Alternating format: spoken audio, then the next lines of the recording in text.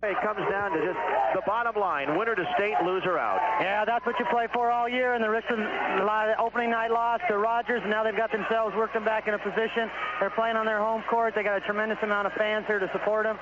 It should be a great basketball game. I think one of the obvious things tonight is the factor is going to be how much is fatigue going to be a factor in this ball game. I think both teams are going to come out and play real hard in the first quarter based on probably adrenaline more than anything else. I think the big key is going to be late in the first quarter and maybe late in the second quarter when maybe some of that fatigue may set in, which means the bench may be a real important role. You look at Richland, they played a lot of their starters went the whole game, and I'm sure a lot of Lewis and Clark starters went the whole game. So the format is fair to both teams because they both played at the same time. They're returning at the same time. It's going to be real interesting to see how the kids hold up.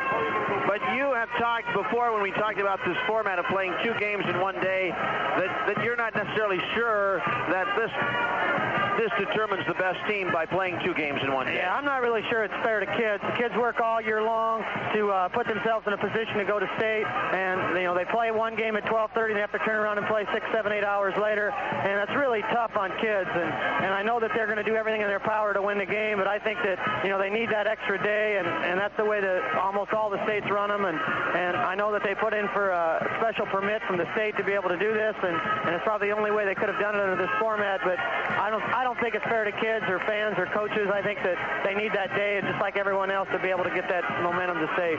And the WIA made it clear that this isn't carte blanche. This is a one-time only deal, and you better get your tournament arranged properly next year in the sense that we're not going to grant you a 2 games in one day waiver again. Yeah, very much so, and I'm sure that the Spokane teams, if Richland goes on and wins this game, is going to be really hollering quite a bit about having to play it on Richland's home court and 2 games in the same day and all that kind of stuff. But it's kids win and determine basketball games, and it's the same for both teams. And I'm sure it's going to be a great basketball game, and that's the way they do it. And kids will play anywhere, anytime, so it really doesn't make that much difference to them, I suppose. Let's take a 2-minute break. We'll be back. Take a look at the matchups for tonight's game in this final, as Richland coming up against Lewis and Clark after this 2-minute time. Back here at Art Daywall Gym, Frank Murray along with Don Manili. Lewis and Clark is a team that's got some scoring potential, but they're not all that big. Don, in the game against Pasco, in the second half, they did not make a substitution. They don't have a real deep bench, and they're also in their starting 5. They're not real physical. They put 6'2" John Kane on 6'8" Godfrey Davis, and he had a field day. They're going to have a tough time matching up with Doug Schultz. Yeah, I think you're exactly right. I watched them play against Eisenhower, earlier against Central Valley, and they don't play a real physical type of basketball game, and I think they may have a real hard time if Richland's able to get the ball in low to Schultz. They are extremely athletic. They've got one of their leading scorers, Mike Homer, a 6'3" junior guard, really has a tremendous amount of skill. Coaches in the Spokane area are very high on this young man. They think he's going to be a great basketball player next year. Number 24, Soren Olsen, is a kid that played tight end on their football team and is a great athlete. He's really got some tremendous leaping ability. He's a volleyball player, and he really does a lot of things for him in the open court.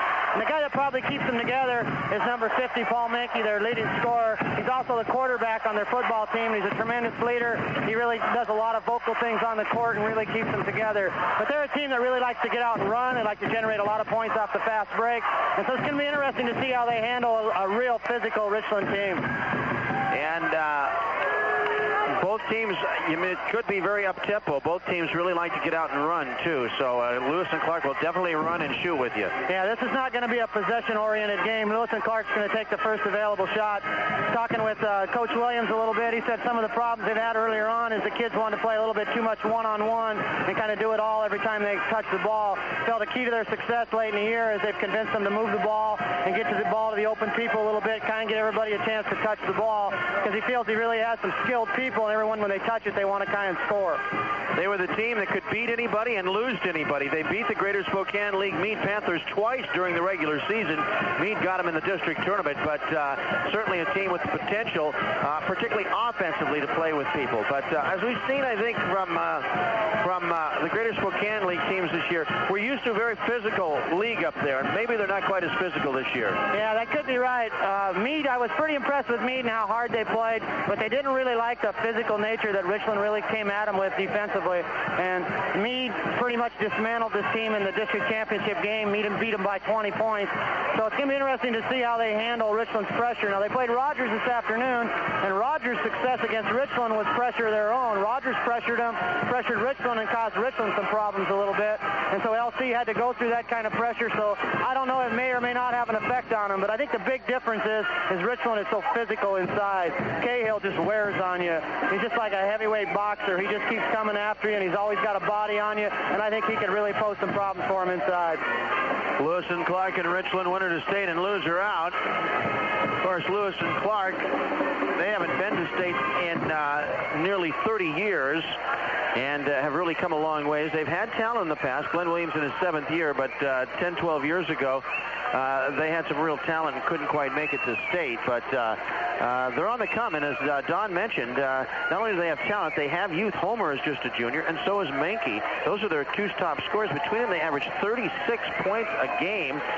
They played a Pasco team that barely had one guy in double figures, but the problem was they just weren't physical enough to keep up with Pasco, and in the end, it really hurt them in that game. But when they played Central Valley and Rogers, again, Central Valley was without their center, Jeff Corchain, who was out for the season with a broken leg, and so that was certainly in Lewis and Clark's favor. We'll be back and go over all the results from today's action after we take 2 minutes timeout from the Lamb Weston Regional in Art Daywall Gym in Richland.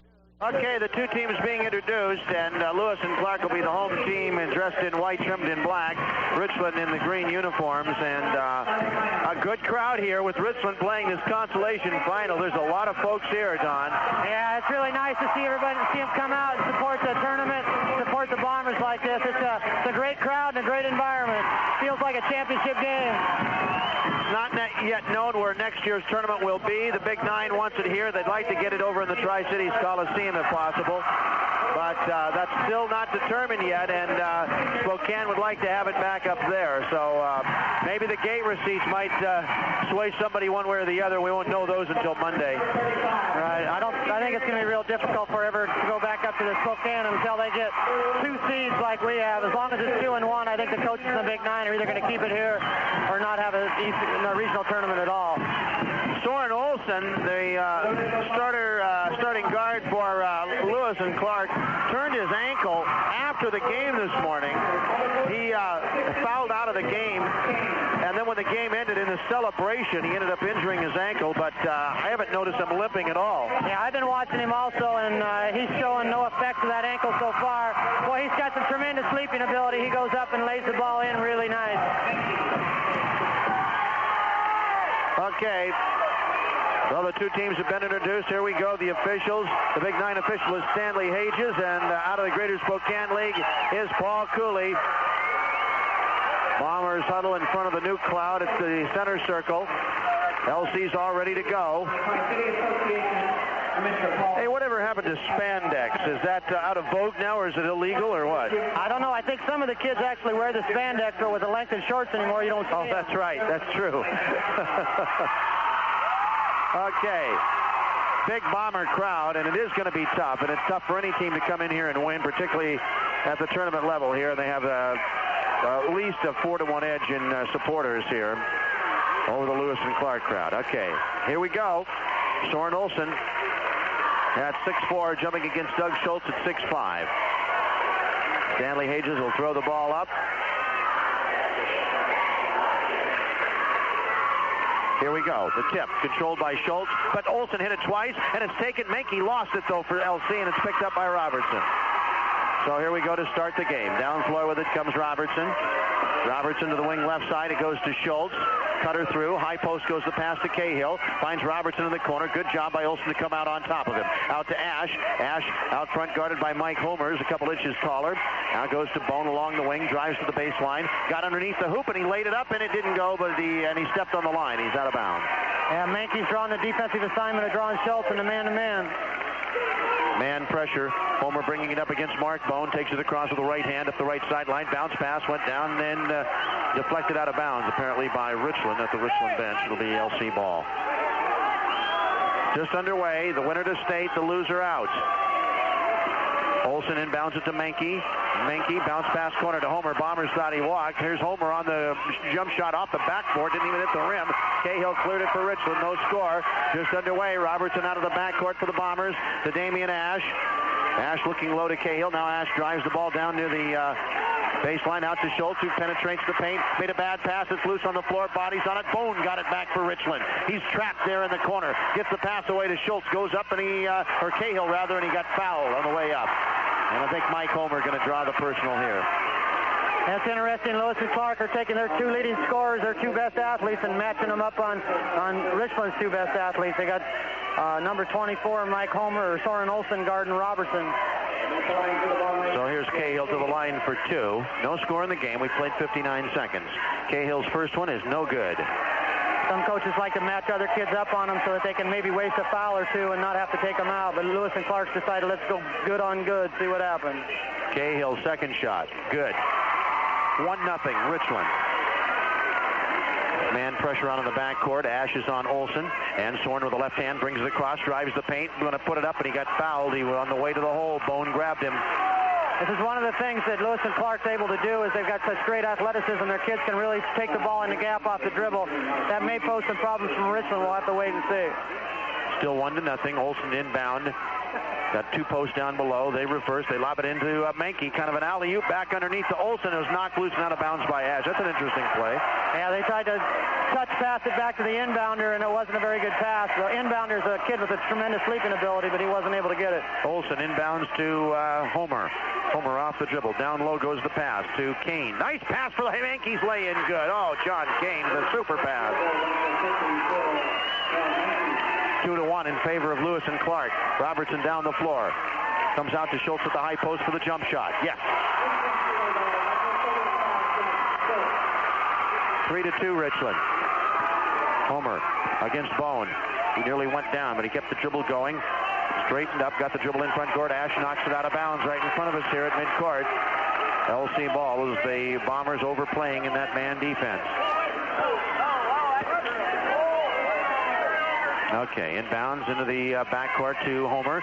Takes it across the timeline. Bone right there to the left hand. Takes it, penetrates into the paint, puts it up from 10. Good! Oh, that was a nice play by Mike Homer. 4-3, LC back in front. Robertson down the floor. Robertson spinning, falls down, gets called for a walk. Yeah, looks like their feet might have got tangled up a little bit between him and Olsen, but he went down. It was an obvious travel. Coach Neal wanted to foul, but not going to get it. Paul Cooley, as Neal was very upset, just looked at him calmly, said that's what it was. Homer bounce pass to the wing. It goes to Soren Olsen.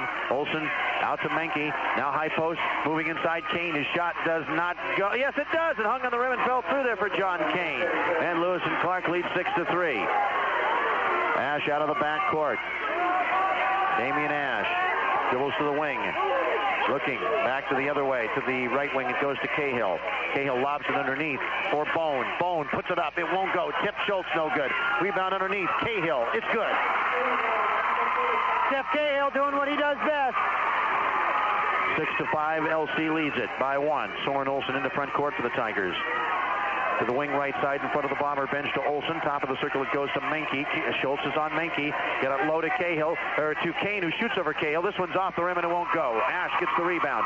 Damian out of the backcourt.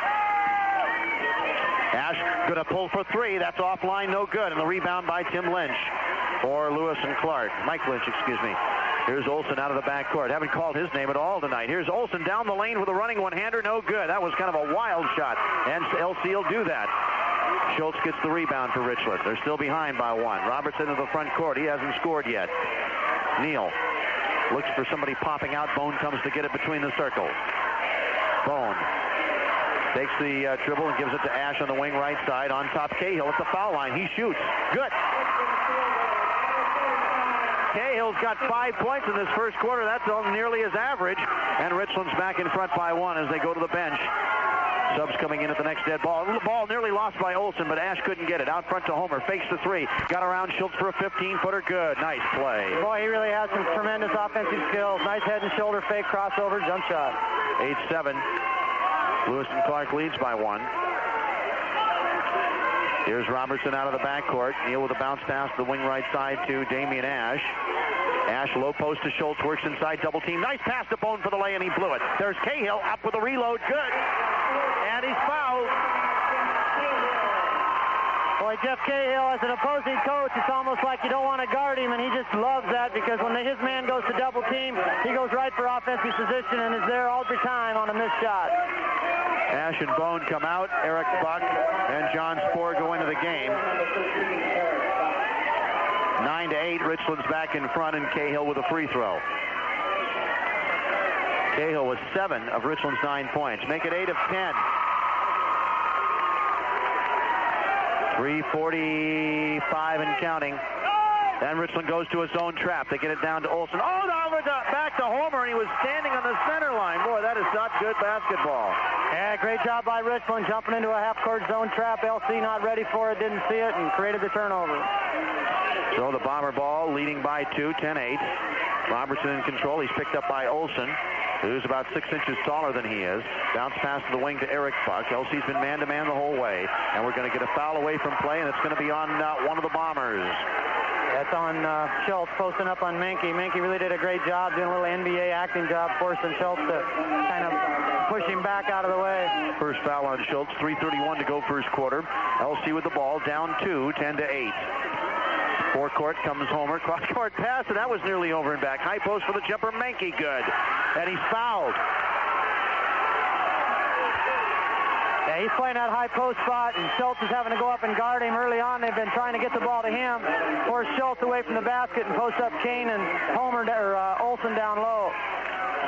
You can't leave Menke alone. I mean, he can shoot at anything inside the three-point line as like almost 90% for that guy. He's a heck of a shooter. But he misses the free throw. With a rebound chased down by LC. It's loose, the head's out of bounds, and it's off of LC. Belongs to the Bombers at a 10-10 tie. This is a great matchup. Both teams are really athletic and really physical. See which one can execute. Okay, LC coming with a little half-court trap now. Bombers haven't taken it across the timeline yet. Better finally get it across to Schultz. Schultz double team, gets it down the right wing to Spohr underneath. Ball knocked loose by Olsen. Picked up by Lynch. LC has it. 3 minutes to go in the period. Olsen down the floor. Nice pass underneath for the lay-in. Homer, good. Yeah, super look inside. 12-10 in favor of Lewis and Clark. The Tigers jump back out on top. They're not awed at all by this big crowd. Here's Robertson driving to the right of the wing now. Pass into the corner to Eric Buck. Finds Schultz coming out to the right elbow. Picked up by Menke. Backs away with a dribble. Now he starts in with it. Now he pulls up. Gives on top to Eric Buck. Pretty good man defense. Inside to Cahill. Got inside Kane, and he laid it in. Cahill has 10 first quarter points. It's tied at 12. Out of the backcourt, Mike Homer comes to Soren Olsen. Now back to Homer. 2:18 in the period, and we're tied. Lynch with it. Left wing to Olsen. Richland still in his own trap. Out to Lynch from Kane. And then he shovels a pass off the jump shot, and we're going to get a foul called on one of the Bombers. Yeah, it looked like he had all ball. The official looked like it was a little blocked out, and I think he just kind of guessed that there had to be some arm in there. Richland crowd and Coach Steele didn't agree with it at all. Robertson gets the foul, his first, 4th team foul. Not a shooting foul because he elected to pass off after it happened. Out front to Homer behind a stack, and he drifts left. Then gives it to Olsen in the lane to Kane. Kane is going to lost the ball. We get a held ball called, and it's out to LC on the alternating possession. Boy, and that was Cahill again, just coming in there and stuffing that kid and forcing the jump ball. Olsen inbound from underneath for Lewis and Clark. Passes onto the wing. Boy, it looked like Spohr had a hold of Homer's jersey, but there was no call. Homer got the pass, left wing. Now underneath the Menke turn, shoots over Cahill. Missed that one. And the rebound. Good tough board by Eric Buck. Clears it to Robertson. Neal out of the backcourt. Finds Spohr along the right wing, guarded by Homer. Schultz backing in underneath, trying to get position. Cahill open at the foul line. This one falls off, no good. Menke flies through and gets the rebound for LC. 1:40 in the first. We're tied at 12.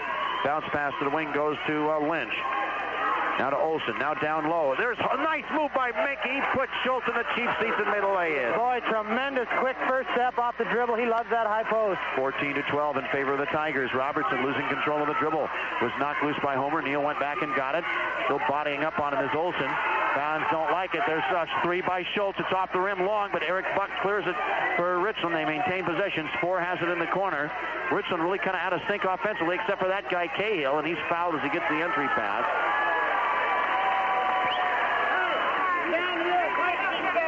Foul is on Kane, and that's 1 on Kane.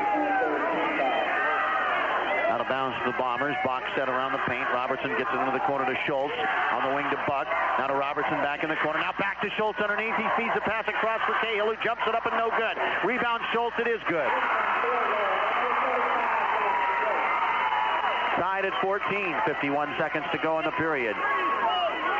Out on top, there's a 3 by Homer, wide open. It's off the rim, no good. The rebound off Cahill, out of bounds, and they said it went off LC. Yeah, Richland going to this zone to try and cut down a little bit of that penetration. And they'll see if they decide to hold for 1. We got 44 seconds to go in the first period. We're tied at 14. Spoor out of the backcourt.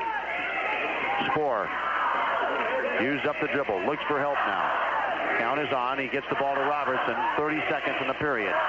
Out front to Spoor now. He just holds the ball. Homer comes to get him. The count is on. And he puts the dribble down. Now it goes to Eric Buck. Comes out front. 20 seconds in the quarter. The game is tied at 14. Now to Spoor. Holding the ball. Clock down to 12 seconds now. Spoor to Robertson at 9.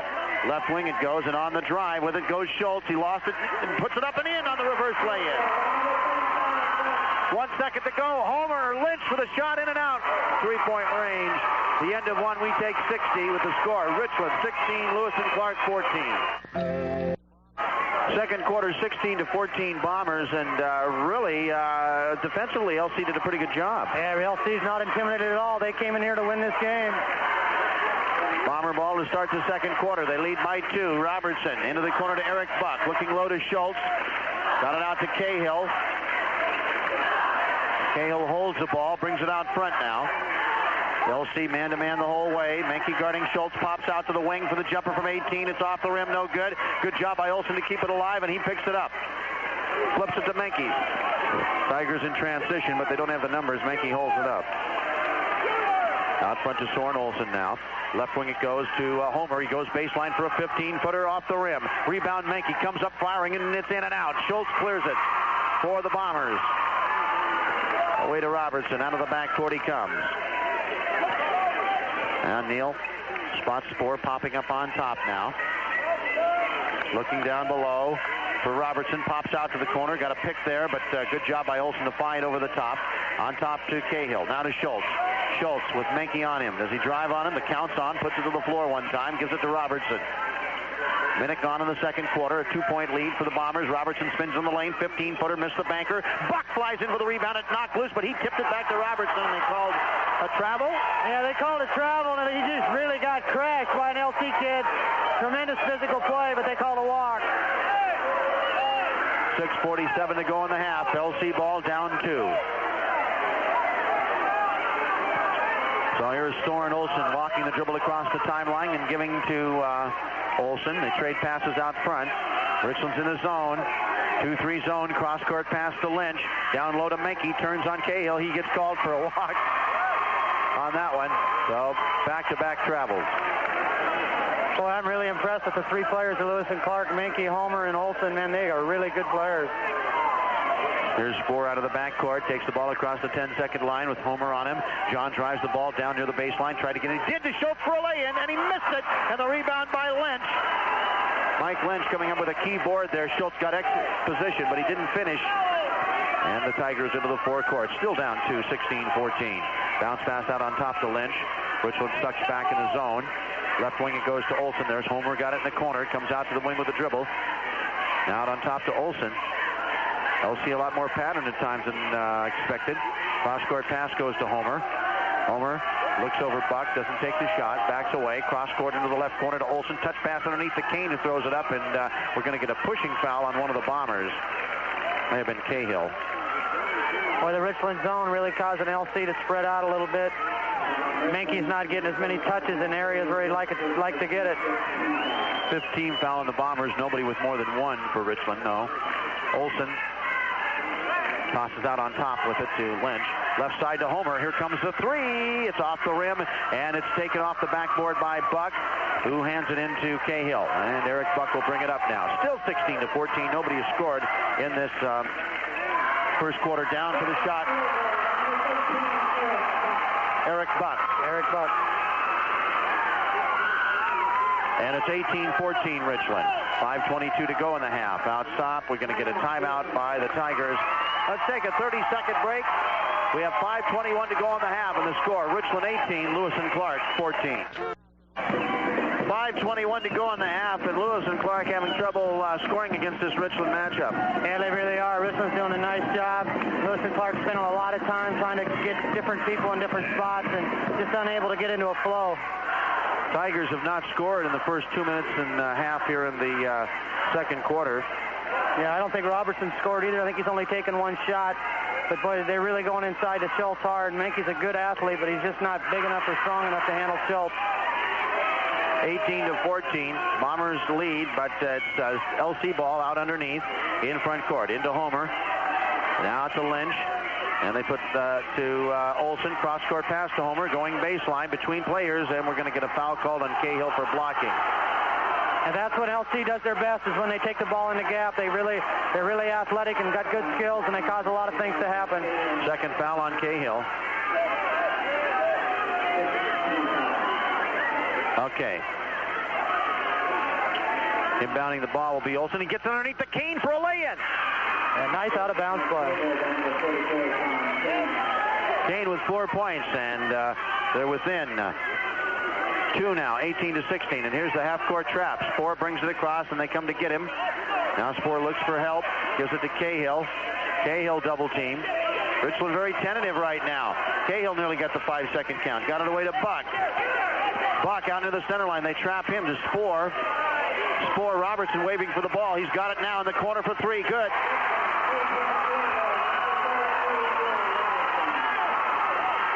For a while, it didn't look like they were going to come out of Dodge with the ball that time, and they finally spotted Robertson open in the corner. 21-16 Richland. Menke down low in the paint. Wants to horse it up. He does, and it won't go. Rebound. 4 green shirts, and they get it over 1 white shirt. Spoor into the forecourt. Bounce pass in the corner to Cahill. Now to Schultz. Schultz low to Cahill. It was knocked loose by Kane. Nice defensive play. Lynch picked it up for LC. Ahead to Homer. Tigers down 5. Homer on the drive. Pull-up jumper from the foul line over Spoor. It won't go. Good defense by Spoor. Schultz way above the rim for the rebound.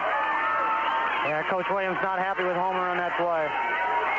Spoor down the floor. There's Robertson corner. 3 again. Off the rim this time. But Cahill saved it to Buck. He fires a triple. Off the back rim. Cahill another rebound. Holy cow. Here is Spoor on the drive, fadeaway, 12-footer, good. Oh, man. Well, they got to give all that credit to Jeff Cahill. He's just all over the court on a rebound.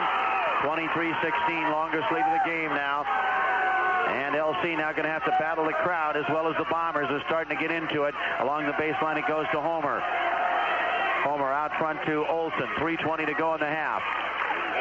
And down the lane, Lynch for a 10-footer. In and out. The rebound knocked out of bounds. It's going to go to Richland. LC really struggling, trying to get good shots right now. They got 1 bucket here in the first 4.5 minutes. Nearly 5 minutes of this second quarter is all. Just 2 points in this period. Spoor into the forecourt. Robertson, they set a stack. He comes up on top. Olsen fought over the top. Low to Schultz. Jump shot good from 10. Yeah, I think LC's getting a little tired right now. They're just not as quick defensively as they were earlier on. They have not substituted in the game. 2:50 to go in the half. 25-16 Richland. Lynch, cross-court pass to Olsen. Jumps it up on the move. No good. Hit only the backboard. They're getting real wild with their shooting now. And getting a little impatient. Robertson up the left side to Buck. Wide open for a 3. Yes. They better get another timeout right now, or this thing's going to be over before halftime. 28-16. Glenn Williams says no. Just come out and run the offense. 2:20 to go in the half. Lynch out front. Into the paint it goes. Homer drives. He lays it up. No good, but he drew the foul. And it's going to be on Schultz, and that's 2 on Doug. LC really struggling with the shot from the outside. Usually that's the first thing that goes, and fatigue is your legs, and it really affects your shot. Causes you to have to really arm the ball and takes all your touch off of it. So Homer to the line for 2. The Tigers are 0 for 1 from the line. Richland is 2 out of 3. 2:15 to go in the half. Richland by a dozen. And they're on quite a run in the second quarter. A 12-2 run. Homer misses. First sub of the game for Lewis and Clark as Eric Haynes, a 6'6 senior, comes in, and John Kane goes out.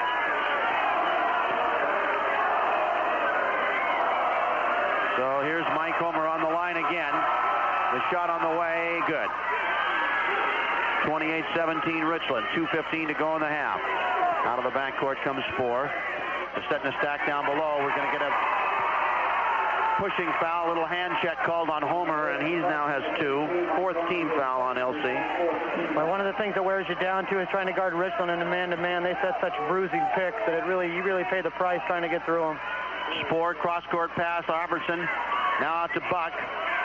Now to Schultz. Picked up by Menke. Schultz to Robertson. Robertson holds the ball over his head. Less than 2 minutes to go. Finds Buck for another 3. Hit again.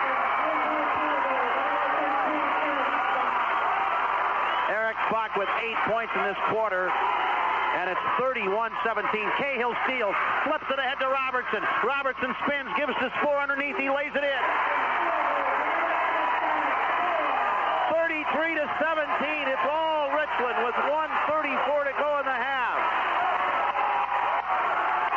We're on a 17-3 run in this quarter. Homer starts right, goes left, pull-up jumper. It's no good from 18. Menke the rebound. Menke, the only way he can get the ball is to get his own rebound, and he loses it to Schultz. I'm surprised.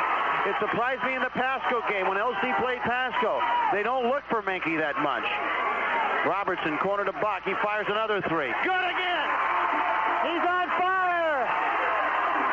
When are they going to call a timeout? He's going to wait for halftime, apparently. Glenn Williams are already down 19. Homer into the forecourt. Out on top it comes to Olsen. Now to the right wing to Homer. 50 seconds in the half. Homer out front to Lynch. Now along the perimeter, Olsen a 3. That hits only the backboard. Comes off to Spohr. The Bombers will hold it for one shot. 30 seconds to go until the intermission. Richland on a big run in the second quarter. 20-3 in this period. Spohr on top to Cahill to Neil Robertson. Robertson to Spohr. Down to 17 seconds in the second quarter. Spohr goes to the dribble. Count is on him. And he gives it up to Cahill. 9 seconds to go. Cahill wants to give it to Robertson. He does. Down to 5, 4. He's going to have to hurry. He gets the pick. He drives 2-1, and they call the foul. Really to LC's advantage because that is only foul number 5. And Haynes gets the foul. There's only 1 second left. So it's going to be real tough here. And we're going to get a sub into the game as Matt Sickle comes in. Let's see where they're going to throw it into. Robertson. Lob underneath. Schultz on the alley-oop. Can't get it. It doesn't matter. Richland's got a huge lead at halftime. Standing ovation for the Bombers. A half away from state. Let's take a 2-minute timeout at the intermission. The score, Richland 36, Lewis and Clark 17. Here at the Art Daywall Gym, the final game of the Lamb Weston tournament. Richland leading 36-17 at the half. That second quarter, Richland outscored them 20-3. Don. Yeah, that was just an incredible quarter for Richland. Richland went to the 1-2-2 zone. LC didn't attack the ball very well at all. I think when you think of the first half of that game, the thing that stands out in your mind is probably Jeff Cahill. Man, he came out and just really sparked him offensively. Defensively, he was all over the place getting rebounds. And then Buck comes in and just lit it up from three-point land. Just a tremendous job. Eric Buck with 11 points, all in the second quarter. Yeah, just a great job. I still don't understand why Lewis and Clark didn't call a timeout. Richland was just on a tremendous run. The kids were tired. We talked about fatigue taking a role, and it was just a big-time effect. You could see it on the kids. Paul Menke, their leading scorer, I don't think he touches the ball enough. Not at all. And they didn't attack Richland's zone very well at all, and I think a lot of that was because they were tired and they weren't able to do the things they wanted to, and they put up some really errant shots.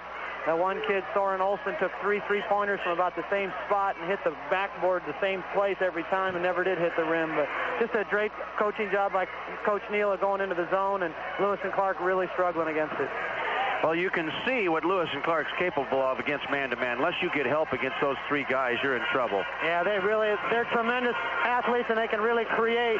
They get in that zone, they get into a little bit pass-oriented, and they just really didn't attack it very well at all. And Richland took the turnover, came down, and then the more ineffective they became at the offensive end, they dropped their intensity at the defensive end, and Richland just kept getting great looks and great shots. Okay, we'll take a 2-minute timeout. Be back with the halftime statistics. The score at intermission: Richland 36, Lewis and Clark 17. Okay, back here at Art Daywall Gym. Frank Murray along with Don Manaley. Here's the first half scoring for Lewis and Clark. 7 points for Mike Homer, 6 for Paul Menke, and 4 for John Kane. That's all they had, 17. Richland was led by the 11 points of Eric Buck, all in the second quarter, and 3 3-point baskets. 10 points for Jeff Cahill, all in the first quarter. Doug Schultz had 8, John Spohr had 4, and Neil Robertson had 3. Shooting, Richland hit 55%, 15 of 27. Lewis and Clark was held to 36% on 8 of 22 in the first half. They were 0 for 3 from three-point range. The Bombers were 4 of 8. Jeff Cahill with 10 points and 5 rebounds in that first half of play, Don. Yeah, it was just a great shooting half by Richland. They got the ball in great spots to be able to get shots for them. And although Robertson really didn't get a lot of points, you know, Richland's bench, Eric Buck's done it all tournament long, came in there and just given them a tremendous lift. And there's a big statistic. The rebounds in the first half, 16 to 6 in favor of Richland. Yeah, I think a lot of that is just that big physical aggressiveness play of Richland. The big thing Richland has to do right now is they got to come out here and play the basketball game. The game's not over. I'm sure Coach Neal told them to go in there and stay focused. As a player, you got to let the fans do all the celebrating. You got to maintain your concentration and continue to play the basketball game. Lewis and Clark, on the other hand, as a coach, you have to resort to pressing and traps and doing those kinds of things. The bad part about that is it takes a tremendous amount of energy. And with them not substituting, not having much of a bench, it's going to be really difficult for them. They're going to have to make some outside shots to give themselves some fuel and energy to be able to sustain it.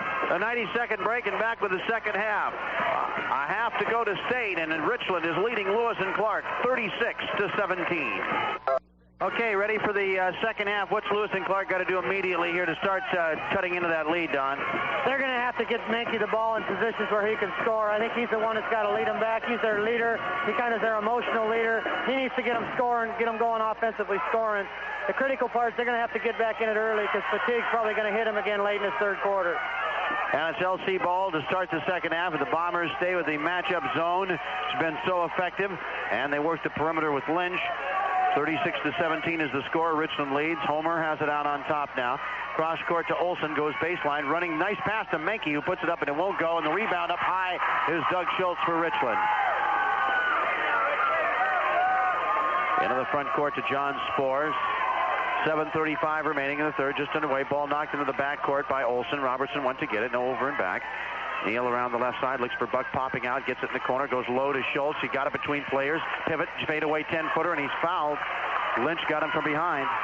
Well, that's exactly what you have to do. Richland's doing right there. You have to get the ball inside to the block, get the ball in there and attack the defense, and then get the ball back outside for the outside shot. Don't take the early shots from the perimeter until you get the ball into the paint and make them pay the price.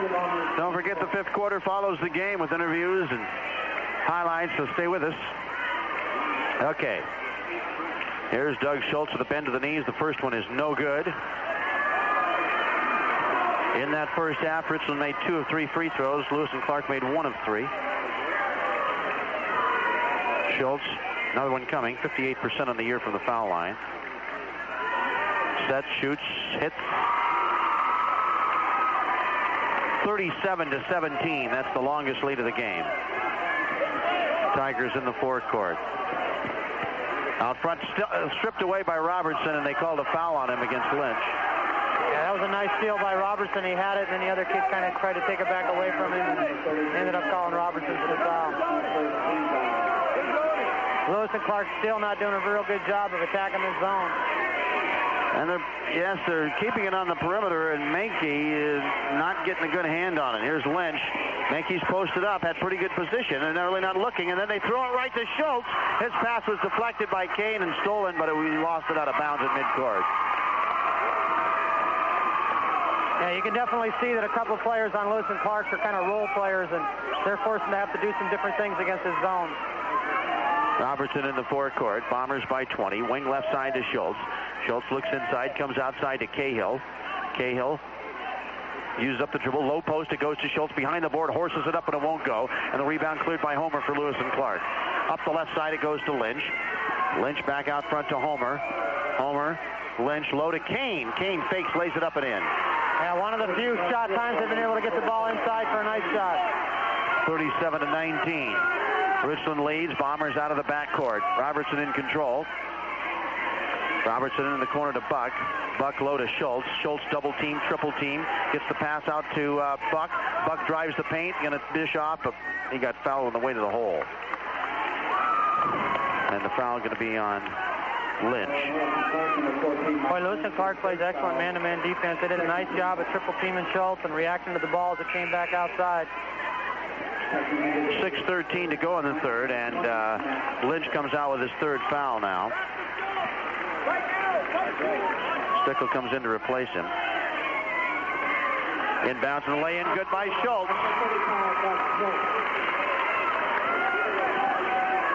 Into the front court. The Tigers now down by 20 again. 6 minutes to go in the period. Homer's pass deflected, but Menke got it, put it up, and got fouled by Schultz. 3 on Schultz. And Menke was only able to touch that ball because he picked up the deflection on the pass. 39-19. Menke will go to the line for 2. He has not scored since the first quarter. Hits the first. 39-20 is the score. Another one coming for Paul Menke on the way, and no good. The rebound by Spoor. And here come the Bombers out of the backcourt. Spoor gets trapped, though, trying to get it across. He hooks a pass in front court over the head of Schultz and out of bounds. Turnover gives it to LC. Nice job, Lewis and Clark. Little half-court trap. Did an excellent job of disguising it. Andrew Coleman will see his first action as Schultz goes out of the game. 11 points in the game for Schultz. So into the forecourt comes Stickle, Matt Stickle. Out on top to Homer. Richland's been in that zone for most of the game, but very effective down to Menke. Double teamed along the baseline. Shoots a pass across the key, and then out to Homer. Fakes one man off his feet. Then he throws the ball into the backcourt, and it's stolen by Spoor. Fast break Bombers. Spoor out on top. Right corner. There's Robertson spotting up for 3. In and out. The rebound cleared by Homer. He leads the fast break. 4 on 2. Homer down the middle. Nice dump pass to Menke for the lay-in. That's patented LC fast break. That's the first one they've had. Boy, they're pretty when they do it. 39-22. 17-point lead. Here's the trap of the backcourt. Buck still not across. Bombers gives it to Spoor. No 10-second call, and he throws it out of bounds again. Yeah, excellent job, Lewis and Clark, attacking on the half-court trap. 4:58 to go in the third quarter. Soren Olsen is the Tigers desperately trying to get back into this game. There's no tomorrow. Stickle around the left side to Olsen. Low post to Kane, knocked out of there by Coleman, but he gets called for the over-the-back foul. Third team foul on the Bombers. So the ball be out of bounds to Lewis and Clark. 4:46 in the third. Homer quick inbound, shoots a 3 and swish. Boy, that barely rippled the net. Yeah, that was pretty. And that cuts the lead, which was once 20, down to 14. Here's the press. Spoor still in the backcourt. They haven't solved this half-court trap. Buck passes across to Spoor. In the left corner, Robertson open for 3. Off the rim, no good. Coleman kept it alive, and it's picked up by, but wait a minute, we got a foul against the Bombers, it looks like, coming up. And Coleman over the back. That's one of the things that a half-court trap or a press forces you to do, is it's going to give you some wide-open shots. And for LC, that's good because they don't have to exert a lot of energy defensively. And as long as you're not making them, as long as Richland's not making them, you get the ball right back. I'm sure Coach Neal's going to take care of that in his timeout. Timeout Richland, 4:24 to go as LC makes a run. The score, the Bombers 39, Lewis and Clark 25. 4:24 left in the third quarter, and Lewis and Clark making their best run for a while, Don. Yeah, making a great effort right here. Not only was that a good timeout for Richland, but it's also going to help LC, give them an opportunity to rest. So the Tigers will have the ball, trailing by 14, 39-25. The Bombers have Spoor, Buck, Coleman, Cahill, and Robertson. Into the front court, the Tigers. Olsen, nice shovel pass to Menke. Missed the shot. Kind of hurried it a little too much. Coleman got the rebound. Looking to clear it. Does so to Spoor, and he's fouled by Soren Olsen as the Tigers expending a lot of energy trying to put pressure on. Yeah, Menke really upset with himself that he didn't convert that shot inside. A little bit of pressure on the shot, but he felt he should have made it. Bomber ball. Forgetted to Spoor. Here comes the pressure. Spoor to Buck. Back to Spoor. Drives the ball down the lane. Corner to Coleman. Doesn't shoot. Coleman off the dribble. Gives him the corner to Spoor. He shoots a three. In and out. The rebound. Menke ripped it away from Coleman. LC gets it. Homer out of the backcourt up the left side for the Tigers. 3:50 left in the third quarter. Kane in the corner. Then he passes inside. Menke had it stripped loose, stolen by Eric Buck. Back the other way, 3-on-3. Hits Spoor. He's going to go all the way and dish into the corner for Robertson. And then to Cahill on top to Buck. 3:35. Robertson steps around to Soren Olsen. Shot. Hits a shot from 18 feet. Well, he got fouled on that too, and they didn't call it. Okay. So Robertson's second field goal of the game makes it 41-25 Richland. Stickle. Down front to Olsen it comes. Left wing to Homer for three. Off the rim, no good. Rebound fought for. Underneath, Kane gets it for LC. Lays it up and no good, but he got fouled. Well, you really notice the absence of Schultz inside right now. LC getting a lot more second chance opportunities on the board. Robertson just picked up number 3, and John Kane will go to the line for 2 shots. 41-25 Richland, 3:05 to go in the third quarter. 2 shots for first one on the way. It is in and out, no good. I think Jeff Cahill's starting to show a little bit signs of fatigue also. He's out there panting pretty good right now. Of course, remember this is the second game today for both teams. Kane hits the second. 41-26 Richland. Buck inbounds in the backcourt against full court pressure. Spoor baseball pass to Coleman. Andrew dribbles it down to the wing and then dishes back outside to Spoor. Spoor around the right side of the LC man-to-man defense. He's going to drive the paint into the lane, horses it up and in. Nice job. Wow, super shot by Spoor. He's got 6, 43-26 Richland. Tigers out of the backcourt, down to 2:40 remaining in the third quarter. Stickle into the corner to Menke. Menke bounced past to Kane, never got there. Coleman knocked it loose. Robertson stole it. Into the front court, Neal. Out front to Cahill. Cahill, corner, Spoor. Here it comes, a 3. Yes! Back to a 20-point lead for Richland. 2:18 remaining in the third. And a timeout, Lewis and Clark. Let's take a 30-second break with a score. The Bombers 46, LC 26. 2:17 to go, and the Bombers, almost like the Pasco game. They make a little run, and then the Bombers put it back in reality for them. Yeah, I think the big difference is when Lewis and Clark the last couple times has not been able to convert offensively, and the kids are still thinking about and frustrated offensively, and they don't play with that same defensive intensity. Richland's been able to get some nice shots. Bone into the game. Bone, Spoor, and Buck. Robertson gets a breather. Coleman and Cahill up front. And it's LC ball following the timeout. 2:14 and counting here in the third quarter. It's 46-26 Richland. Olsen out front to Homer. Down between the circles. With it is Stickle. He's used up the dribble. Hands the ball away to Olsen. High post to Menke on the drive. Stripped from behind, but he's fouled. And who's going to get this foul? Coleman.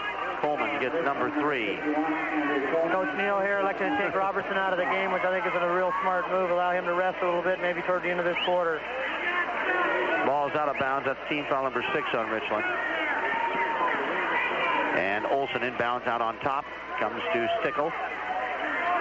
Stickle drives right wing. Pulls up there. High post for the jump shot. Wide open Menke. He hits it.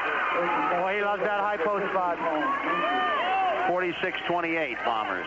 A minute 45 to go in the third. Here comes the full court pressure. Spoor dribbled around it, down into the front court. His bounce pass between the legs of Kane to Cahill, who put it up and got fouled by Soren Olsen. That pass went right between the legs of that Lewis and Clark player. That was an incredible pass. I don't think it was intended to do that, but it sure looked pretty. It's going to be on a highlight film somewhere. You know, they have shut Soren Olsen out. He has not scored in the game for Lewis and Clark. Averages 12 a game nearly. Yeah, he must average them inside because his outside shot is not real pretty. Cahill hits the first. That's his first point since the first quarter. He's now got 11. 47-28. Another one coming. On the way, Cahill. Rolls it in there. 48-28. Tigers down court. A minute 33 left. High post to Menke. Jumps a pass left corner to Olsen. He goes baseline and lost his footing and lost the ball. It's stolen by Spoor. Bombers coming out of the backcourt. All right, Spoor into the corner to Buck. Buck cross-court pass. It's intercepted by Menke. Menke takes it out of backcourt, 2-on-3. Nice pass to Olsen for the reverse lay-in. Wow, what a reverse layup. 48-30, Richland. A minute to go in the third quarter. Spoor out of the backcourt. Between players, they trap him. He lost it. It's picked up by Kane. He shoots it ahead to Olsen, ahead of the pack. He goes for the lay-in. Good. 48-32. 48 seconds to go in the third quarter. With it is Mark Bone. Cross-court pass to Buck. In forecourt, deflected. It goes out of bounds to Richland at the Bomber bench. I think what we're seeing right now is the leadership of Neil Robertson and the impact of what happens when he's not on the floor. 40 seconds left. Buck to inbound. Gets it into Spoor. Holds the ball, and Richland will want to hold it for the last shot, I would imagine. Spoor out front, the 5-second count on. Gets the pass away to Eric Buck. Now on top to Spoor. 26 seconds remaining in the third quarter. Now to Bone. Mark hands the ball to Eric Buck. We're down to 17 seconds. Buck's at the center circle. Coleman floating around the high post. Clock down to 12 seconds. 5-second count is on. Still got the dribble going. Now pulls up off. Gives to Spoor. Off the dribble. Shoots it for three. In and out with 5 seconds. Buck had the rebound, and we're going to get a foul on one of the Tigers. It's going to be on Lynch, I believe. 3 seconds to go in the period. Richland has 4 substitutes in the game, everyone except for the Warrior Jeff Cahill. I don't think he ever goes out of the game.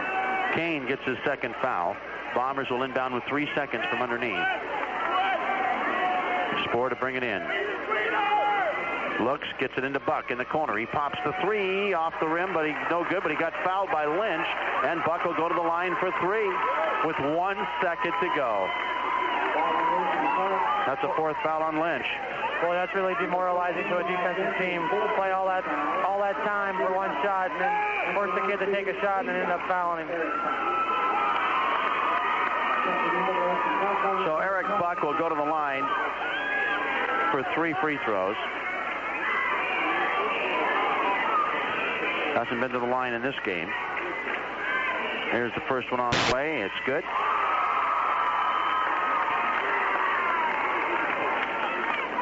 Another one coming. 2 more, actually. Buck with the shot up and good.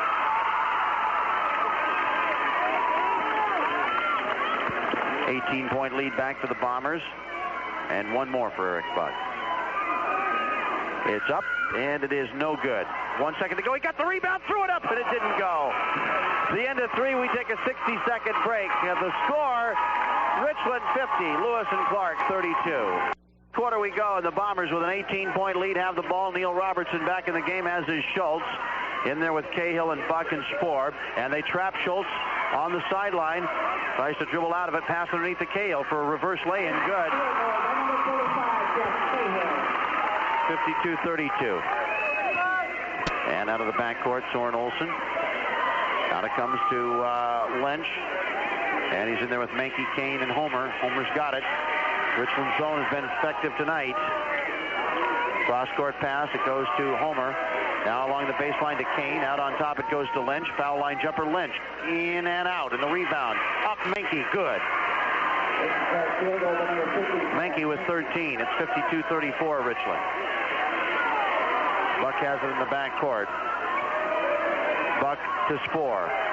Against the pressure, gets it. They pass over the top. Buck down in the corner to Robertson. Now back outside to Eric Buck. A minute gone in the fourth quarter. Richland leading by 18. High post to Schultz. Right corner Spohr. Nice pass to Cahill for the lay-in. Missed it. Rebound. Menke for Lewis and Clark. Baseball past the midcourt. Through the hands of Homer and out of bounds. On the ball. I think that's a sign of fatigue. Just didn't concentrate on catching the ball. Lewis and Clark's got to do a lot of gambling now. Their only chance is to try and disrupt Richland and make them do stupid things. In the backcourt, Buck with the ball. Ahead it comes to Schultz. Schultz takes the dribble to the top of the circle, gives to Spohr into the corner. Robertson pops the three over Kane and hit. 55-34. Giving Robertson wide open threes is not smart. Lob underneath to Kane. Kane between players makes a lay-in. 55-36. It was close for a quarter. The first quarter, and the Bombers broke it open in the second, outscoring Lewis and Clark 20-3. Buck, cross-court pass underneath to Cahill, goes up, fakes, finds Spohr for a lay-in. Super pass by Cahill. 57-36. Olsen out of the backcourt, bounce pass to Homer, pumps the three under pressure, no good, but he got fouled by Spohr, and he'll go to the line for three. Yeah, Coach Neal up pointing in his head like you. Be smart on that. Don't put him on the line and give him easy opportunities. The only way they can get back into the game is from the foul line with the clock not running and shooting threes. Or, as in this case, 3 free throws. 5:49 to go. The shot, good. One of the things that the zone's been able to let Richland do is also enabled them to rest a little bit defensively. It's a little easier playing a zone than trying to play man-to-man and running through picks all the time. Another one coming for Homer. It's on the way. Good. 57-38. Hell, if Richland hangs on, Don, it'll be a sweep for the Big Nine and the boys. Oh, you got to love that. Third shot good by Homer. He made all three of them. 57-39. Lewis and Clark's probably got at least one more run left in them. Spohr in the backcourt to Buck. The Spohr still not across the timeline. Takes a dribble. Gets it in the front court to Schultz. Dug into the corner to Buck. Now back out to Spohr. Into the left corner to around a pick. Robertson for three. It's off the rim. No good. Schultz got it. Missed the lay-in. Menke tips it away from Cahill. He's going to get called for over Cahill's back. Well, I tell you, you got to give a lot of credit to Lewis and Clark. They're not quitting. They're trying everything they can to get back in this game. They just don't have the firepower. And as we mentioned, they play their starting lineup a great portion of the game, and this is the second game of the day, and that makes that tough. So here's Cahill with the bonus now as Lewis and Clark's over the limit, and he misses the shot, and Menke clears it. 57-39. Richland leads with 5:21 to go. Menke, forecourt. And he gives the ball up to Lynch. Cross-court to pass Menke from the foul line. Off the back rim. The rebound comes out. Spohr gets it for Richland. And the Bombers 5 minutes and 10 seconds away from a trip to Seattle. The second one in as many years now. Buck to Spohr across the timeline. He takes it. Down on top to Buck. Down to Cahill. It may have been intended for Robertson, but Cahill got it. Schultz has it at the high post. And he drives down the lane and puts it in. Pretty shot by Schultz off the move. 59-39. Here's Olsen driving, losing control. Nice tip to Menke for the left-handed lay-in. Good, and he's fouled. So.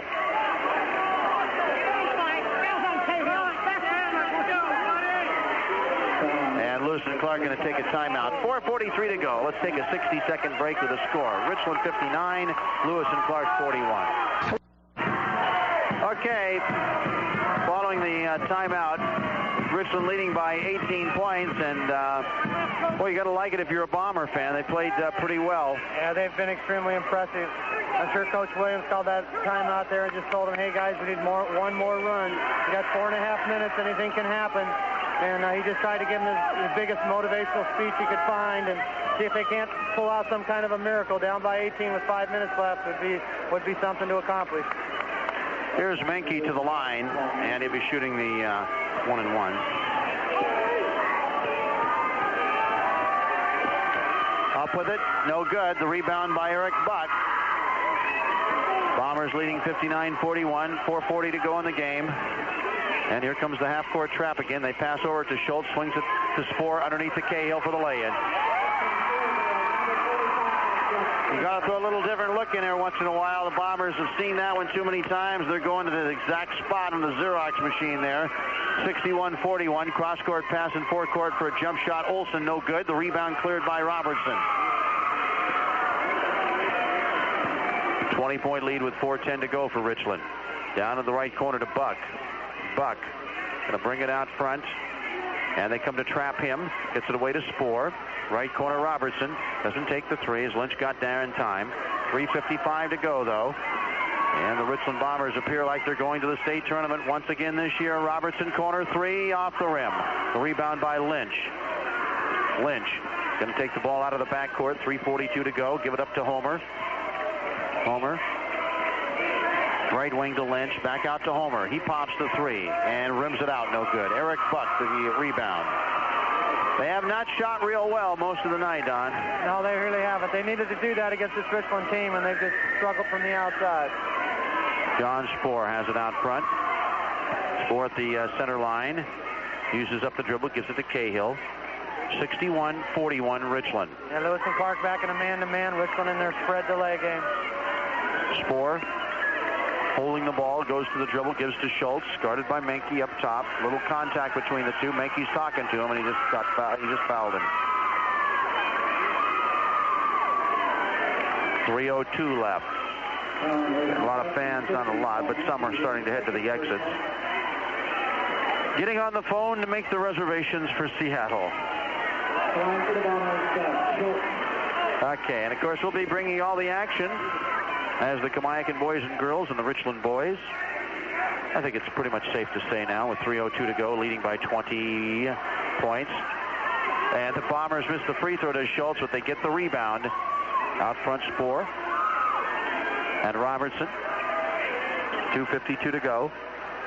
Buck and Robertson just playing catch out front, and then to the high post to Schultz. Good job of just whipping it around. They just want to run this clock out. And all Lewis and Clark can do is watch and foul. That's about it. Bombers not even interested in shooting unless it's a lay-in. Spoor driving and then dishing way back outside to Buck. Richland's run it down to 2:30 to play. 61-41. Well, they didn't rest his players in that first game, Don, even when it was out of reach, the Pasco game today. No, I think his philosophy pretty much is these kids have earned a win, and maybe they deserve the right to finish the game. Well, Glenn Williams is going to substitute. He's brought in Kyle Osborne, a little 5'9" senior, and Eric Haynes, a 6'6" senior. Kane goes out of the game. And they still got Homer in there, and Menke, and Olsen. Buck 1-1, good. Well, this has just been a tremendous effort by Richland coming back from that loser-out game. Just got extremely focused and just played excellent basketball. Second shot, Buck, good. He'll be one of our guests on the fifth quarter show, so stay tuned. Eric Buck, Jeff Cahill, Doug Schultz. Those will be our guests. 63-41. 63-41 in the front court, the Tigers. Out front, Olsen. Pass inside, intercepted by Cahill. To Spoor. Nearly had it taken away. Nearly got fouled. He looks for help now. He's just being absolutely manhandled, and they call a foul. Yeah, they called a foul. I think it was about the fifth one. It's on Homer. Everybody coming over, applauding it and laughing at him. Spoor will go to the line for 1-1. John's had a good game. 11 points for John Spoor. And 15 for Buck. So that's 26 points off the bench for Richland right there. And Spoor to the line for the bonus, and he hits. I'll tell you, these three teams that are going to the state tournament out of the Big Nine are not fluke teams. They're all quality teams. They're playing excellent basketball at this time of the year. Spoor hits the second. Number 1 seed is Kamiakin. Number 2 seed is Eisenhower. Number 3 seed is Richland. And in the girls, the number 1 seed is Kamiakin. The number 2 seed is Meade. And the number 3 seed is Shadle Park. Homer around the right side.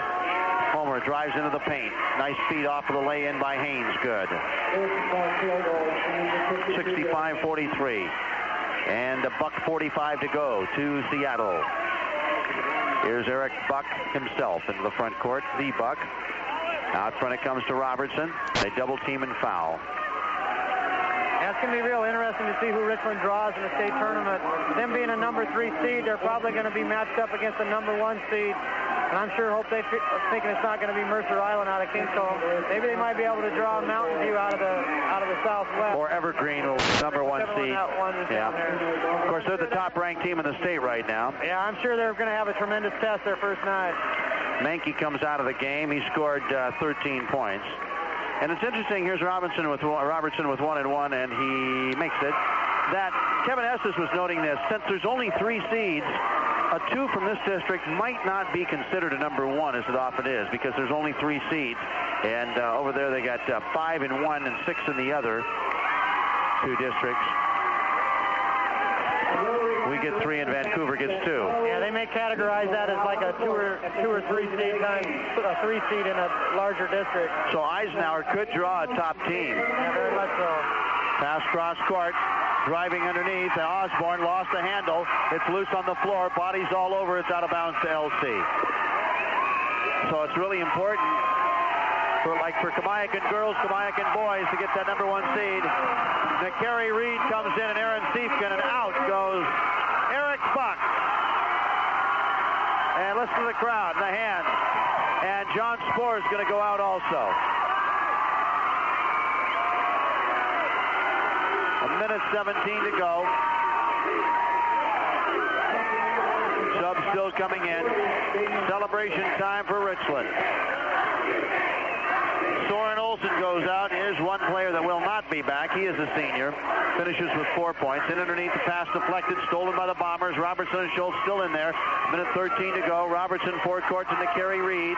He's a crowd favorite. The crowd really wants him to score. Robertson to Aaron Siefken. Siefken spins away, dribbles, bounce pass to Carey Reed. They tell him to shoot. He does. It's in and out. And the rebound underneath. It's taken by Cahill. Out to Siefken. Siefken steps around. Out front to Carey Reed. 50 seconds to go. He's nearly tied up. He is tied up. And everybody in the building trying to hope to pick a score. These substitutes are such a big part of the team in terms of team chemistry and things. Everybody really likes to see them score when they come in the game. Lots of subs in for LC as well. Here comes Jared Mitchell into the game, and out will go Neil Robertson. 9 points for Robertson. Here are the Tigers, down by 24, 50 seconds to go. They will end the season at 17-9. On top of the three-point shot by Preston Ash, no good. Aaron Siefken gets the rebound, had it stolen away. Underneath it goes to Ash, and he is clobbered, and Siefken takes it away. His pass is intercepted by Haynes. He passes away to Osborne. Osborne to Damian Lockridge. And underneath, fadeaway jumper Ash. That's Preston Ash. No good. The rebound by Schultz. And the foul. 20 seconds to go. And the whole crowd standing up. As, listen to the hand. Jeff Cahill coming out of the game. Wow. Very appreciative Bomber crowd.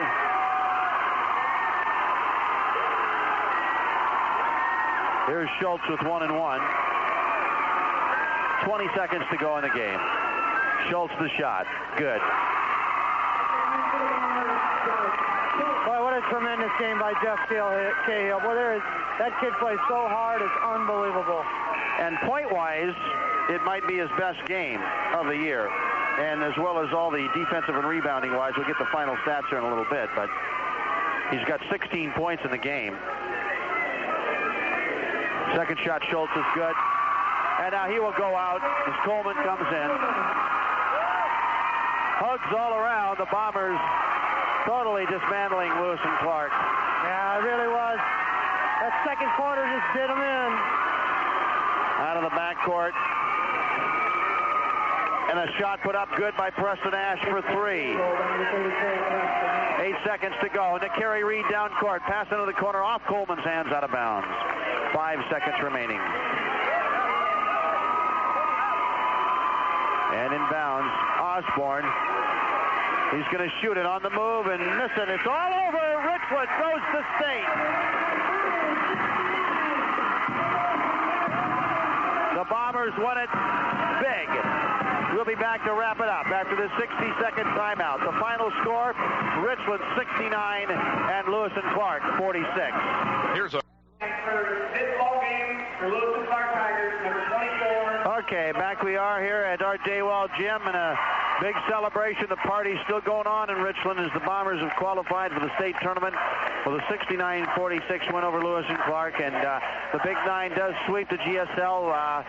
You got to admit, though, Richland played well, but they had a big advantage. They played this tournament in their own gymnasium. Yeah, there's no question about that. That's a big advantage. But, you know, it's the only gym that could accommodate this kind of a crowd in the Big Nine, and it was an obvious place for the tournament to be held. And the baskets are the same height, they're the same size, and, you know, I'm sure it's fair for everybody, but, you know, Richland's a quality basketball team, and they deserve what they've done here. Great credit goes out to Coach Neal and the seniors. You know, they lost that opening night game to Rogers, and that was just, you know, adversity is always a test of their character, and when something like that happens, you're either going to get stronger or it's going to tear you apart. And it became extremely obvious that the seniors and Coach Neal had a big talk, and they decided that they were only going to get stronger, and they deserve to go to the state tournament, and I think they're going to go over there and do real well. Well, you remember last year they upset Decatur in the very first game that they played. Neil Robertson with a three-pointer to beat the Gators, and they had a strong finish. They didn't have a good game against Juanita in the second day, but they finished fourth in the state tournament. And with Kamiakin going there as well, and Eisenhower maybe as hot as any team around here right now. Yeah, they really are. Kamiakin is playing extremely good basketball right now. Eisenhower came in there and tested him, made a great game out of that in the regional championship game, and took them to 46-46. And we got three quality teams going over to the state tournament. They're going over with a lot of confidence, coming off some good wins, and I think they're expecting to bring home some hardware. Okay, let's take a look now at the individual scoring in the game. Lewis and Clark was led by Mike Homer and Paul Menke, 13 points apiece. Those two juniors will be back next year for the Tigers. John Kane had 9, 4 points for Soren Olsen, 3 for Preston Ash, and Eric Haynes had 2.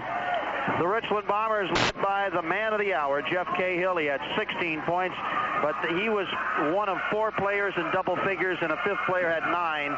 16 for Cahill. Doug Schultz and Eric Buck had 15 points apiece. John Spoor had 13, and Neil Robertson scored 9 points in the game. Well, in just a couple of minutes, we'll be back with the 5th quarter of tonight's game, so stick around. We're not going anywhere. Heck, it's only, about 10 minutes past 11. We've been here for about 12 hours now, Don. Feels like we've been here a week. It does. Can you believe that the district championship was held on this floor a week ago at this time, and that seems like a month ago? Yeah, it really does. That seems like that was a lot of games ago. Just some tremendous basketball has been played here in this gymnasium to the district and regional tournament. A lot of fans come out and support it. Special thanks to Lamb Weston for being able to front load this with some money and enable these kids to be able to play in this kind of an environment. And I think Lamb Weston might agree they got their money's worth out of this, too. Oh, very much so. This was just great for kids, great sportsmanship throughout the whole tournament, and just quality teams playing their heart out. Okay, that's going to wrap it up for the broadcast. The 5th quarter will be coming your way in about 2 minutes from right now as we go run down our interviews. Of course, the Bombers don't get to cut their own nets down because they didn't win the title, but the fans are still, the party goes on in Richland, and we'll be back with the Mardi Gras of sorts here in just a couple of minutes. Once again, the final score, Richland on to state, the Bombers 69, Lewis and Clark 46. Welcome back to Art Daywald as the Lamb Weston AAA East Regional Basketball Tournament is history. 3 Big Nine boys teams picking up all the honors tonight as they will all 3 go to state. Kamiakin is number 1, Eisenhower is number 2, and just qualifying Richland as number 3. And in the girls, it'll be Kamiakin as number 1, Meade as number 2, and Shadle Park as number 3. Is Phil Neal making his way over to us right now. And boy, Coach, sit down, take a little breather here. Well, you didn't do anything the easy way this week, but the end product was still the same. You're making it to the state tournament. Congratulations. Well, thanks a lot. I think probably this is one of the few groups that could ever come through the back door to do it. They're a tremendously tough team, and we were not focused on Tuesday night. We came out and weren't mentally prepared to play the ball game, and Rogers took it right straight to us. But from then on, our kids became real focused. They played probably the best basketball they could probably play tonight. We were really wanted this one real bad.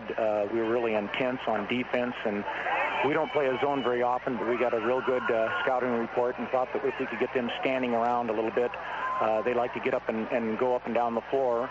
And so we went to a little 2-3 zone tonight, and they stood around for us, and we really got on fire as far as on offense, especially during the second quarter. Second quarter was unreal. And again, the defense was triggering it. They're a tough team to guard man-to-man. They got some great explosive offensive players, and you really took them out of it with that zone. Well, yeah, the kids did really a good job all year long. This is such a smart group, and they're really a deserving group of getting to Seattle. They work so hard. They've done it in the off season. They work hard in practices. It's probably about the best group of kids that I've ever had here at Richland High School as far as working hard and the work ethic. They're not the most talented group, but they are a really great group to work with. Who could be more emblematic of that than Jeff Cahill? And even to top it off tonight, I think he may have had a career high. We had him with 16 points. Let's see, officially, he had 16 as well, to go with 8 rebounds this evening as well. And he was a real inspiration, particularly in that first quarter. Well, Jeff's our team leader, our team captain. He just plays possessed out there. And we're so happy that he's on our team. A lot of people stay off of him and don't think that he's an excellent basketball player, but I'll tell you what, I'm sure glad that he's on our side. We don't have to play against him. Talk about your role players and people doing things. Your bench came through tonight as well, as John Spohr had 13 points and Eric Buck 15, and he has really come on the second half of the season. Well, he's played very well from us. Not only is he hitting some big shots, what people notice there, but he also plays really good defense and hits the boards for us real well, too. And John Spohr has always been doing it all year long, coming in off the bench, and he's been playing very well for us, too. And obviously, when you get to Seattle and you're playing, hopefully you're playing 4 games in 4 days, that, you know, you're going to need a bench up there. Eric Buck, I mean, it's kind of interesting because you had him on the varsity for a while there as a sophomore, and he's obviously, if you're on the varsity as a sophomore, pretty soon you're going to expect you're going to start. It hasn't worked out for him, but it seems like he's kind of relished his role. Well, he comes in fresh, you know, off the bench. He sees what's going on the floor. He's an extremely smart player, and he can see what's going on. And for some of the other players that have already been playing out there, they've lost a little bit. He comes in, he's real fresh and ready to go.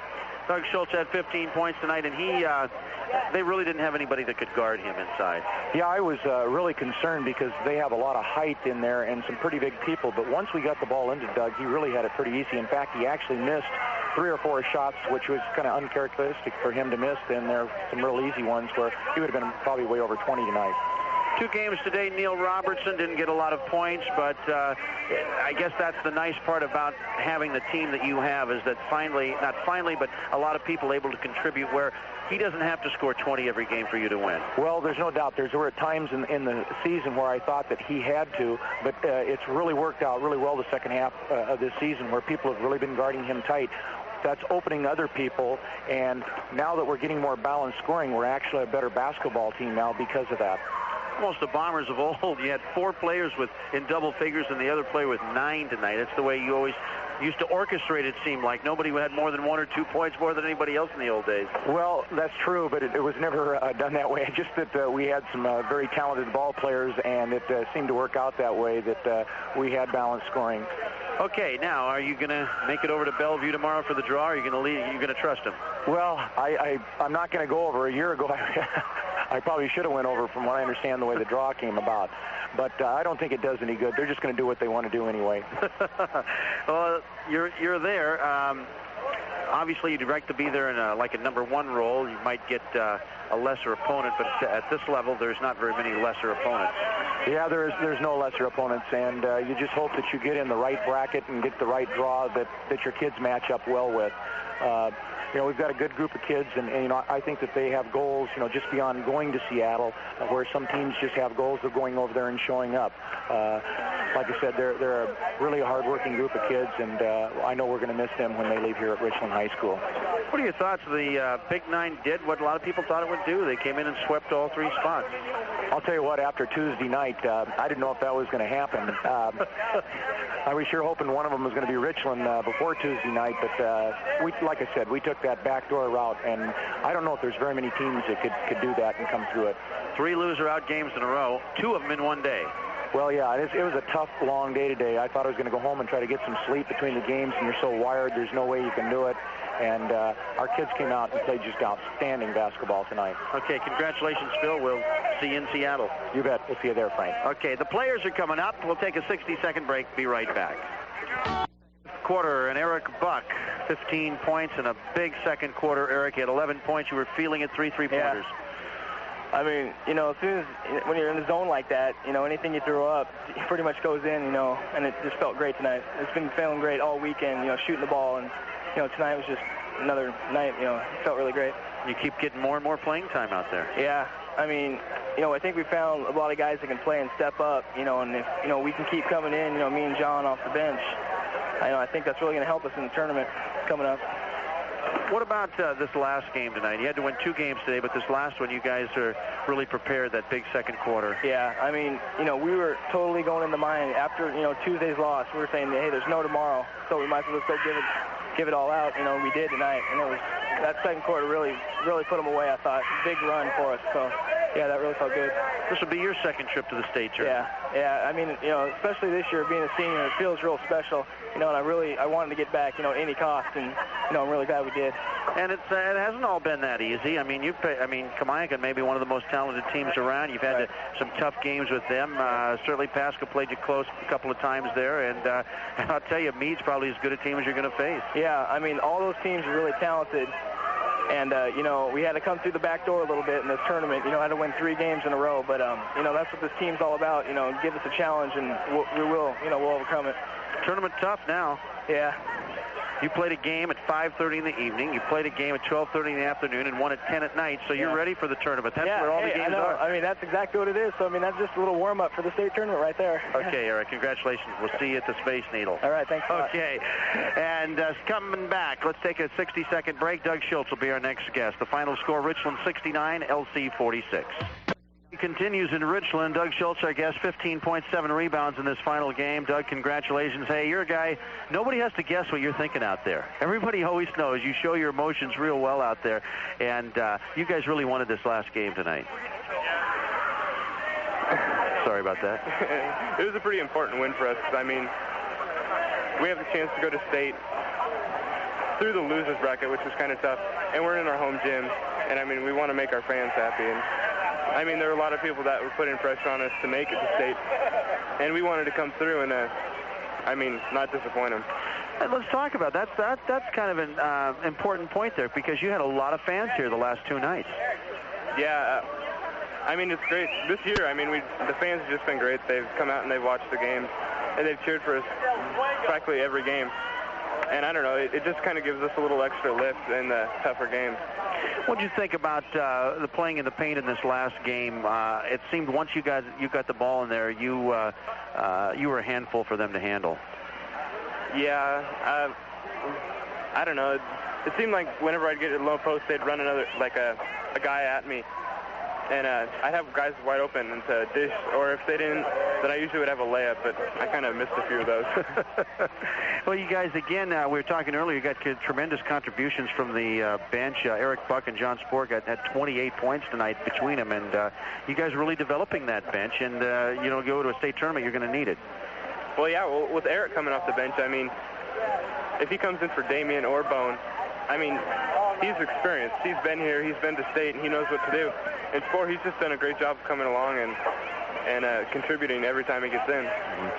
How do you prepare now? You're going to face some real tall guys over there at the state tournament. It's going to be Doug Schultz, listed at 6'5". It might not be 6'5", against 7-footers, 6'10", 6'11".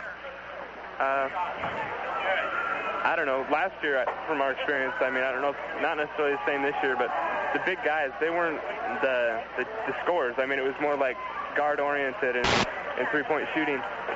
And I don't know. I guess we'll just have to either run zone or get some help for me from the backside or something.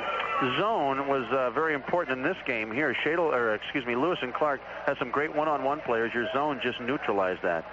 Yeah, the 32, he was taking it to the hole practically every time. And once we got that zone in there and we had the guys to jam the middle, he kind of wasn't able to hit the outside shot and kind of took him out of the game. So it was, I mean, really the key to this victory, because the defense is what won it for us, really. Have you guys worked that much on zone? You don't seem to play it a lot, but is it something that you work on every week? Yeah, I mean, we work on it a little bit every day in practice.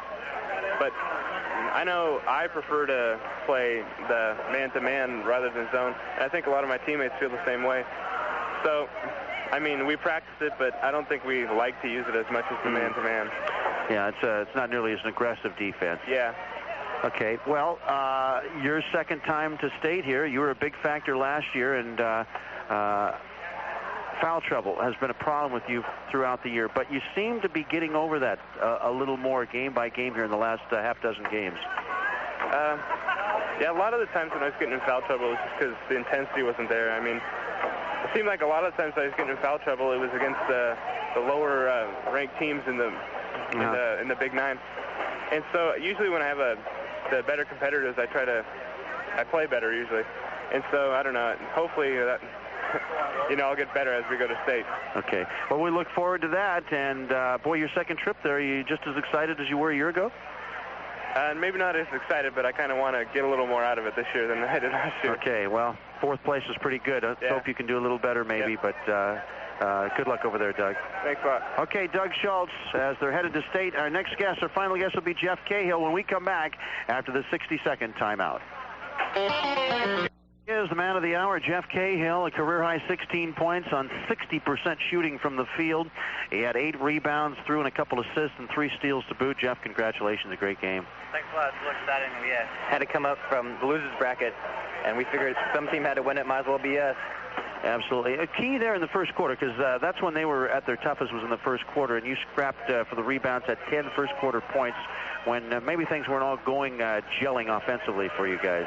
It just seemed the ball kept bouncing right into my hands, and I kept throwing it up, and it kept going in, so I just kept doing it. Well, you seem to have a knack getting inside position and getting there.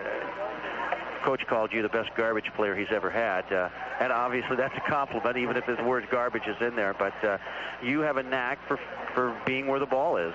I think a lot of guys underestimate me because I'm so much shorter than them, and I can get underneath them a lot. They put their arms out, and I just dive up underneath them and come up on their side. So it's sometimes being short's a little advantage.